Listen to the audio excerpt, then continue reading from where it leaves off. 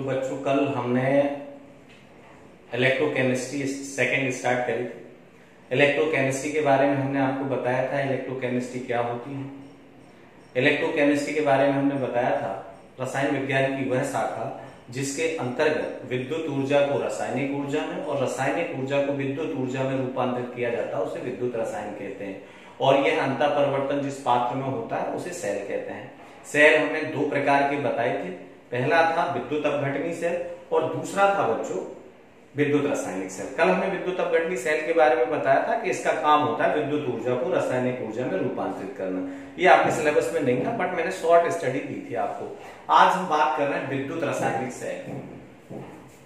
विद्युत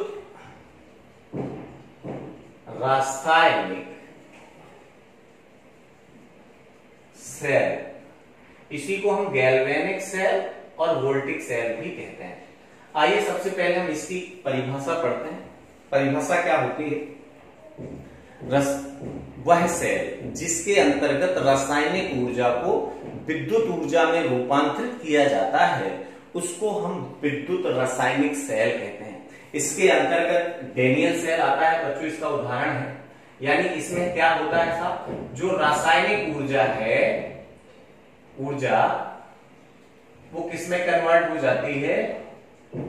विद्युत ऊर्जा में कन्वर्ट हो जाती है। ओके, इसका एग्जाम्पल है, उदाहरण है डेनियल सेल। Daniel cell. तो आइए बच्चों हम पढ़ते हैं डेनियल सेल के बारे में। आपके सिलेबस में है डेनियल सेल। इसका निर्माण J.F. डेनियल ने किया था। किसने किया था? डेनियल सेल का जो निर्माण है वो J.F. डेनियल ने किया था। जो डेनियल सेल है इसकी सारी स्टडी हम पॉइंट्स में करते हैं जिससे आपको आसानी से समझ में आ जाए। 7 पॉइंट्स हैं इसके लिए। पहला पॉइंट है डेनियल सेल की संरचना। डेनियल सेल की संरचना। दूसरा है डेनियल सेल की कार्यप्रणाली। डेनियल सेल की कार्यप्रणाली। तीसरा है एनोडिक अभिक्रिया। चौथा है कैथोडिक अभिक्रिया। पांचवा पॉइंट है नेट सेल अभिक्रिया। नेट सेल अभिक्रिया। छठवां है डेनियल सेल का विद्युत वाहक बल। और सातवां है डेनियल सेल की उत्क्रमणीयता। डेनियल सेल की उत्क्रमणीयता। ये 7 पॉइंट्स हैं। इन 7 पॉइंट्स की स्टडी अपन को डेनियल सेल के अंतर्गत करना है। फिर से बात करता हूं बच्चों, स्टार्ट करता हूं। आज सेकेंड डे है आपकी क्लास का। विद्युत रासायनिक सेल। विद्युत रासायनिक सेल की परिभाषा होती है इस सेल के अंतर्गत जो रासायनिक ऊर्जा होती है वो विद्युत ऊर्जा में रूपांतरित की जाती है। इसका उदाहरण डेनियल सेल है जो आपके सिलेबस में है। डेनियल सेल का जो निर्माण है वो J.F. डेनियल साहब ने किया था। इसकी पूरी स्टडी हम 7 हेडिंग्स के अंतर्गत करते हैं जिसमें पहली हेडिंग है डेनियल सेल की संरचना। तो आइए सबसे पहले हम डेनियल सेल की संरचना के बारे में बात करेंगे। डेनियल सेल की संरचना। अब इस संरचना देखिए था, डेनियल सेल की संरचना।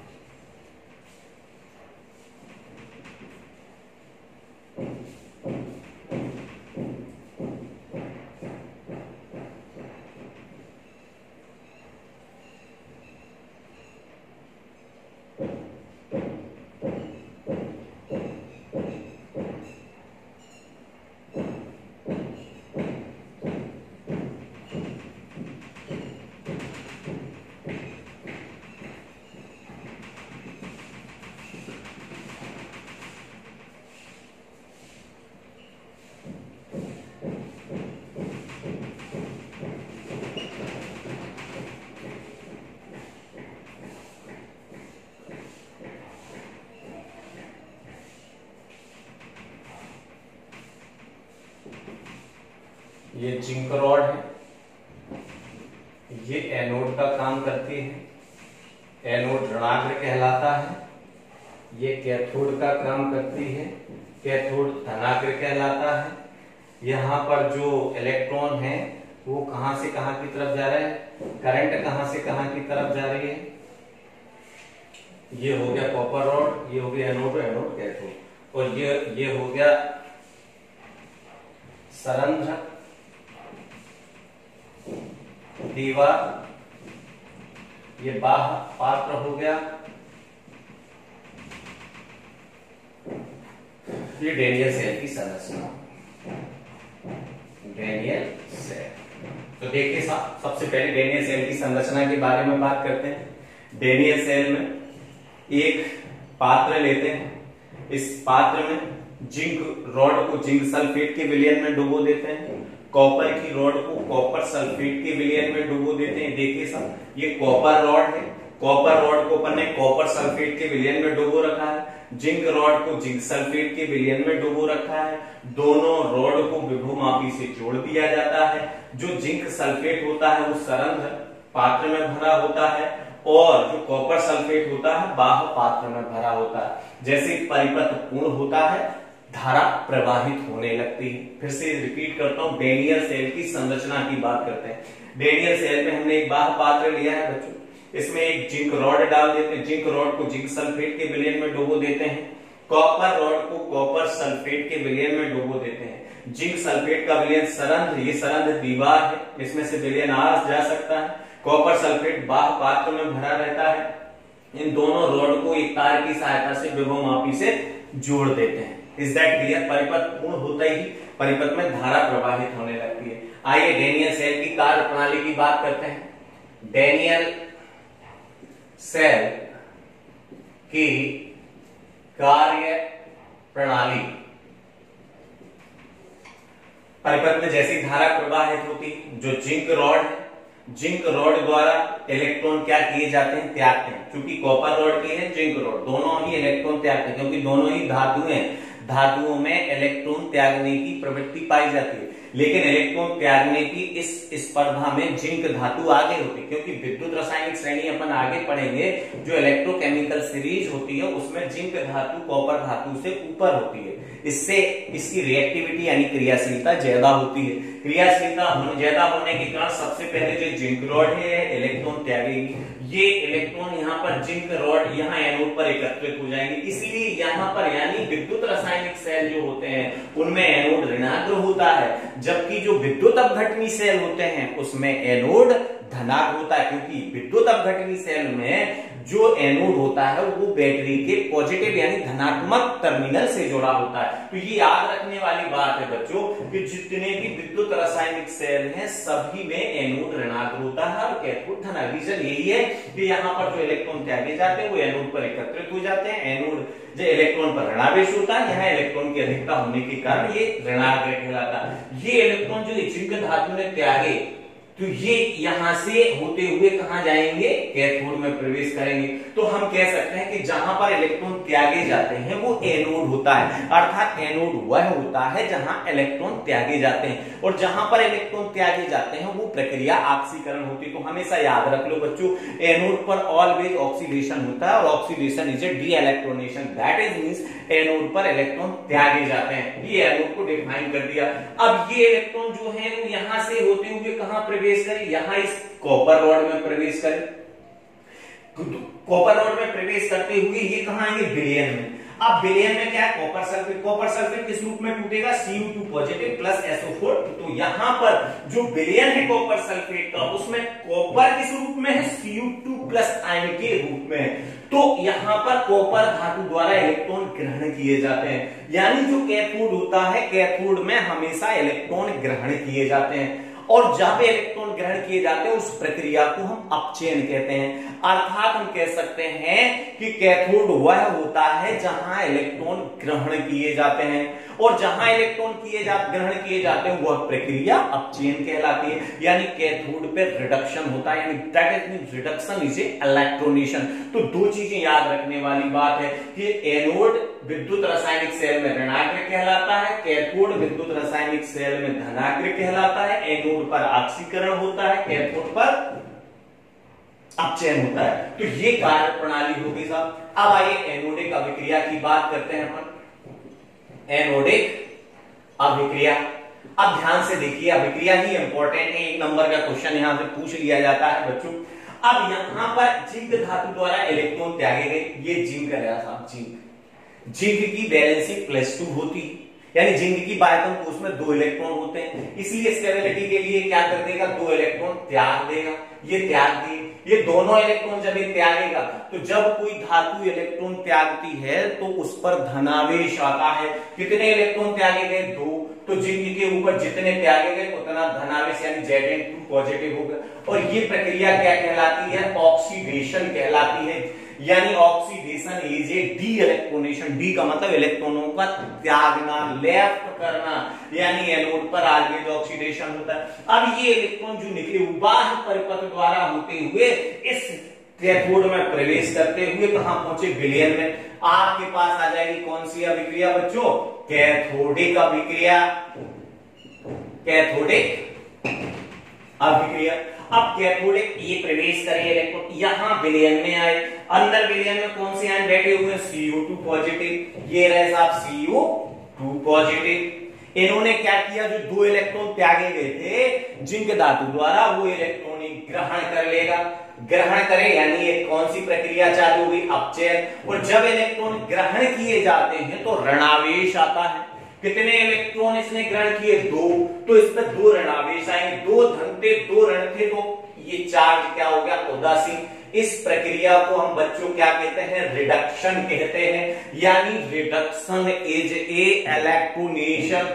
अब बच्चों ये तो होगी प्रक्रिया। अब इन दोनों को जोड़ दो, तो ये तो पॉइंट कौन सा था, ये तो दूसरा था, ये हो गया तीसरा, ये हो गया चौथा, और ये 5वां आ गया बच्चों नेट सेल रिएक्शन। जोड़ दो, इलेक्ट्रॉन से इलेक्ट्रॉन कैंसिल हो गया, क्या मिलेगा बच्चों, Zn plus Cu2 positive tends to Zn2 positive plus, ये आपको टोटल सेल में होने वाली अभिक्रिया मिल गई। आप स्पष्ट देख रहे हैं Zn का Zn2 पॉजिटिव में ऑक्सीकरण हो रहा है, Cu2 प्लस का Cu में अपचयन हो रहा है। ऐसी अभिक्रियाएं जिनमें एक पदार्थ का ऑक्सीकरण एवं दूसरे पदार्थ का अपचयन होता है, ऐसी अभिक्रियाओं को हम रेडॉक्स अभिक्रियाएं कहते हैं।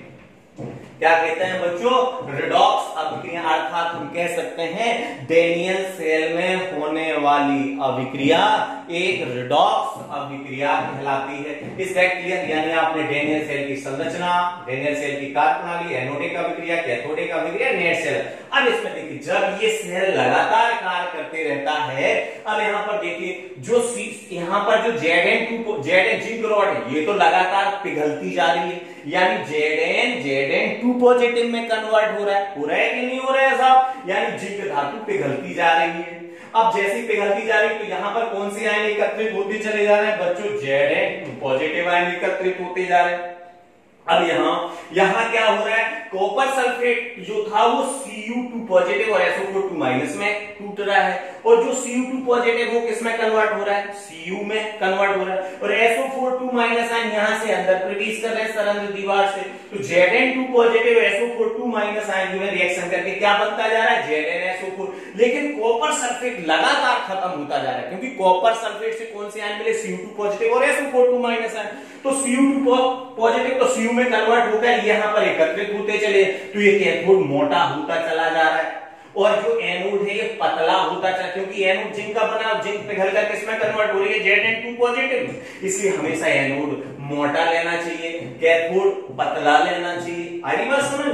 तो ये बच्चों Cu2 पॉजिटिव तो Cu में कन्वर्ट हो रहे हैं, SO4 माइनस यहाँ से अंदर जा रहे हैं, Zn2 पॉजिटिव SO4 माइनस मिलकर ZnSO4, यानी कहने का तात्पर्य है जब यह सेल कार्य करता है डेनियल सेल, तो इसमें से कॉपर सल्फेट खत्म होता चला जाता है। एक समय ऐसा आएगा जब पूरा का पूरा कॉपर सल्फेट खत्म हो जाएगा और सेल कार्य करना बंद कर देगा, तो हमें फिर क्या करना पड़ेगा, सेल को चार्ज करना पड़ेगा, यानी रिचार्ज करना पड़ेगा, यानी डेनियल सेल का जो सेल है rechargeable cell. Is that clear. तो अपन यहां तक पहुंच गए। अब आइए हम बात करते हैं 6 नंबर की डेनियल सेल का विद्युत वाहक बल। डेनियल सेल का विद्युत वाहक बल, सबसे पहले तो हम इलेक्ट्रोमोटिव फोर्स कहते हैं ईएमएफ, इसको इलेक्ट्रोमोटिव फोर्स, विद्युत वाहक बल। पर जब सेल में धारा प्रवाहित नहीं होती, यानी जब सेल काम करना बंद कर देता है, तो दोनों इलेक्ट्रोडों द्वारा उत्पन्न जो विभव होता है, उन विभवों का अंतर ही डेनियल सेल का विद्युत वाहक बल कहलाता है। इसे ईएमएफ ऑफ द सेल कहते हैं। और किससे डिनोट करते हैं? ई सेल से डिनोट करते हैं। बच्चों, मानक कंडीशन की अगर हम बात करें, यानी 298 केल्विन टेम्परेचर और 1 एटमॉस्फेयर दाब पर जो डेनियल सेल का मानक विद्युत वाहक बल होता है, ये 1.10 वोल्ट होता है। इसको हम कैसे निकाल सकते हैं? E naught cell is equal to, या इसको हम ईएमएफ ऑफ सेल भी कह सकते हैं। क्या कह सकते हैं? EMF is equal to E naught cathode minus E naught. इस फॉर्मूला से आप सेल का विद्युत वाहक बल निकाल सकते हो। नोट लगा दिया, यानी मानक कंडीशन की बात कर रहे हैं, यानी हमें एक्सपेरिमेंट 298 केल्विन ताप और 1 वायुमंडलीय दाब पर करें। तो बच्चों ध्यान, कैथोड में से कैथोड, क्योंकि हमने परिभाषा क्या बताई, दोनों इलेक्ट्रोडों का जो विभव है, इनका अगर अंतर कर दिया जाए, डिफरेंस कर दिया जाए, तो उसी सेल का मानक विद्युत वाहक बल कहते हैं। Is that clear? तो बच्चों, कैथोड में से ही एनोड को क्यों निकाला? क्योंकि कैथोड का विभव ज्यादा होता है, एनोड का मानक अपचयन विभव ज्यादा होता है। समझ में आ रही है बात? तो अगर हम इसकी बात करें तो आपको ई हम जानते हैं, इस डेनियल सेल की बात करें तो E naught cell is equal to, Daniell cell में कैथोड किसका बना हुआ है? कॉपर का। तो फॉर्मूला क्या बनेगा? ई नॉट कॉपर का रखना पड़ेगा, माइनस ई नॉट एनोड किसका बना है? जिंक का। हम जानते हैं E naught copper is equal to होता है 0.34 वोल्ट और ई नॉट जेड होता है माइनस 0.76 वोल्ट। ये दिया होगा विद्युत रासायनिक श्रेणी में, हम आपको बताएंगे आगे। E naught cell is equal to, अब ई नॉट कॉपर का मान 0.34 minus 0.76 is equal to 0.34 minus plus 0.76 बराबर प्लस 1.10 वोल्ट। ये आपका आ गया ई नॉट सेल। यानी कहने का मतलब ये है बच्चों कि जो डेनियल सेल है, इसका मानक विद्युत मानक कंडीशन लगाई, दैट इज हम बात कर रहे हैं 298 केल्विन ताप और 1 वायुमंडलीय दाब पर डेनियल सेल का विद्युत वाहक बल 1.10 वोल्ट निकाला गया। तो ये हमने डेनियल सेल का विद्युत वाहक बल की बात कर ली। अब हम डेनियल सेल की उत्क्रमणीयता की बात करते हैं। उत्क्रमणीयता का मतलब क्या होता है कि जो डेनियल सेल होता है यह एक उत्क्रमणीय सेल, अर्थात इसमें हम क्रियाकारक से क्रियाफल और पुनः क्रियाफल से क्रियाकारक प्राप्त कर सकते हैं, अर्थात हम कह सकते हैं रिचार्ज कर सकते हैं। कैसे कर सकते हैं? यदि हम डेनियल सेल के जो आंतरिक विभव को बाह्य विभव से अनंत सूक्ष्म कम या ज्यादा कर दें, तो हम इलेक्ट्रोड में जो धारा की दिशा है इसको उत्क्रमित कर सकते हैं। और जब धारा की दिशा उत्क्रमित हो जाएगी, धारा के प्रवाह की दिशा उत्क्रमित हो जाएगी, तो हम इसको क्या कर सकते हैं? चार्ज कर सकते हैं। जैसे सपोज ये रिएक्शन है, जेड रिएक्शन है, मान लीजिए यहां बता देता हूं, ये चीज है साहब, ये Zn प्लस Cu2 पॉजिटिव, ये रहा साहब E इंटरनल, ये हो गया E एक्सटर्नल, ये Zn2 प्लस प्लस Cu। यानी यहां पर हम कह सकते हैं कि जो E इंटरनल है ये ग्रेटर देन है E एक्सटर्नल से, और ये कब की E external is greater than है E इंटरनल से। यानी कहने का तात्पर्य है जब सेल का आंतरिक विभव सेल के बाह्य विभव से ज्यादा होता है, उस समय हम कह सकते हैं, आप देख रहे हैं क्या बन रहा है, Zn से Zn2 पॉजिटिव बन रहा है, Cu2 पॉजिटिव से Cu, इस समय सेल काम कर रहा है। लेकिन जब हम इस सेल को ऐसे विभव से जोड़ दें जिसका विभव इस बैटरी ये से डेनियल सेल के विभव से क्या है, कम है, तो उस समय क्या होगा, Zn2 पॉजिटिव Zn में कन्वर्ट होने लगेगा, Cu, यानी Zn2 पॉजिटिव से Zn बनने लगा और Cu से Cu। जैसे Cu2 पॉजिटिव बनेंगे, Cu2 पॉजिटिव SO4 माइनस से रिएक्शन करके कॉपर सल्फेट का पुनः निर्माण करेंगे और सेल पुनः काम करना स्टार्ट कर देगा। अर्थात हम कह सकते हैं डेनियल सेल एक उत्क्रमणीय सेल है। तो ये बच्चों पूरा डेनियल सेल का एक्सप्लेनेशन था। एक बार फिर से रिपीट करता हूं आप लोगों के लिए। शॉर्ट में डेनियल सेल, विद्युत रासायनिक सेल, इसमें हम विद्युत ऊर्जा को रासायनिक ऊर्जा में कन्वर्ट करते हैं। Is that clear? इसका एग्जाम्पल है डेनियल सेल। डेनियल सेल का निर्माण किसने किया था? J.F. डेनियल साहब ने किया था। ये कितने हेड है इसमें पढ़ सकते हैं? डेनियल सेल की संरचना, इसमें हम क्या करते हैं? पात्र लेते हैं, जिंक रॉड को जिंक सल्फेट में डुबो देते हैं, कॉपर रॉड को कॉपर सल्फेट में डुबो देते हैं। जिंक सल्फेट सरल पात्र में भरा होता है, कॉपर सल्फेट बाह्य पात्र में भरा होता है। दोनों रॉड्स को एक तार की सहायता से बहुमापी से जोड़ देते हैं।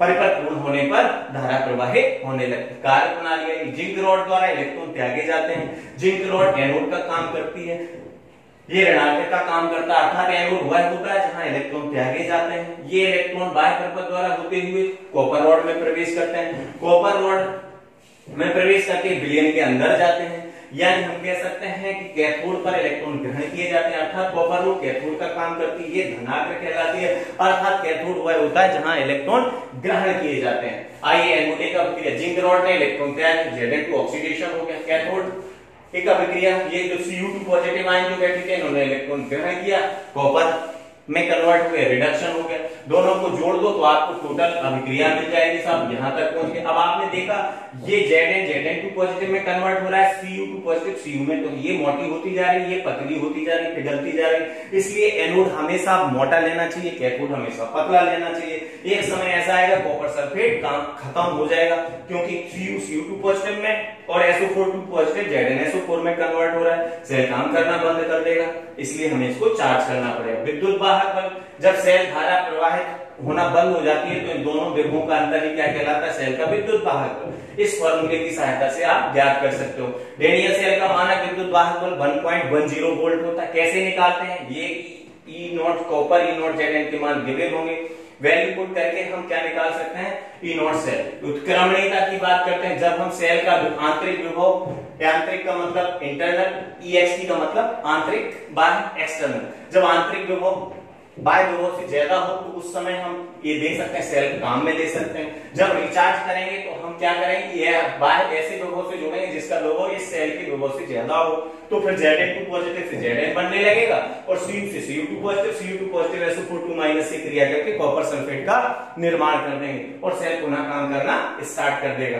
तो अर्थात हम कह सकते हैं डेनियल सेल एक उत्क्रमणीय सेल होता है। तो बच्चों आज हमने ये आपका सेकंड डे है, डेनियल सेल के बारे में पढ़ा है। इसके नोट्स हमने पहले ही भेज दिए हैं आपको, ये नोट्स देख करके इसको समझना।